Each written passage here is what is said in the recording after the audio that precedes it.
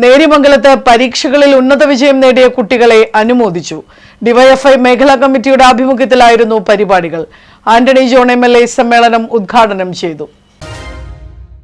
DYFI Neriamangalam മേഖലാ കമ്മിറ്റിയുടെ ആഭിമുഖ്യത്തിൽ SSLC +2 പരീക്ഷകളിൽ ഉന്നത വിജയം നേടിയ വിദ്യാർത്ഥികളെ അനുമോദിച്ചു. ആന്റണി ജോൺ MLA അനുമോദന സമ്മേളനം ഉദ്ഘാടനം ചെയ്തു. ഇപ്പോൾ ഒരുപക്ഷെ നമുക്കറിയാം, കുറച്ച് വർഷങ്ങൾക്ക് ശേഷം നമ്മുടെ ഈ നേര്യമംഗലവും ഈ പ്രദേശവും ഒക്കെ അറിയപ്പെടാൻ പോകുന്നതും ഇവിടെ എന്റെ മുമ്പിലിരിക്കുന്ന പ്രിയപ്പെട്ട കുട്ടികളുടെ പേരിൽ തന്നെയായിരിക്കും.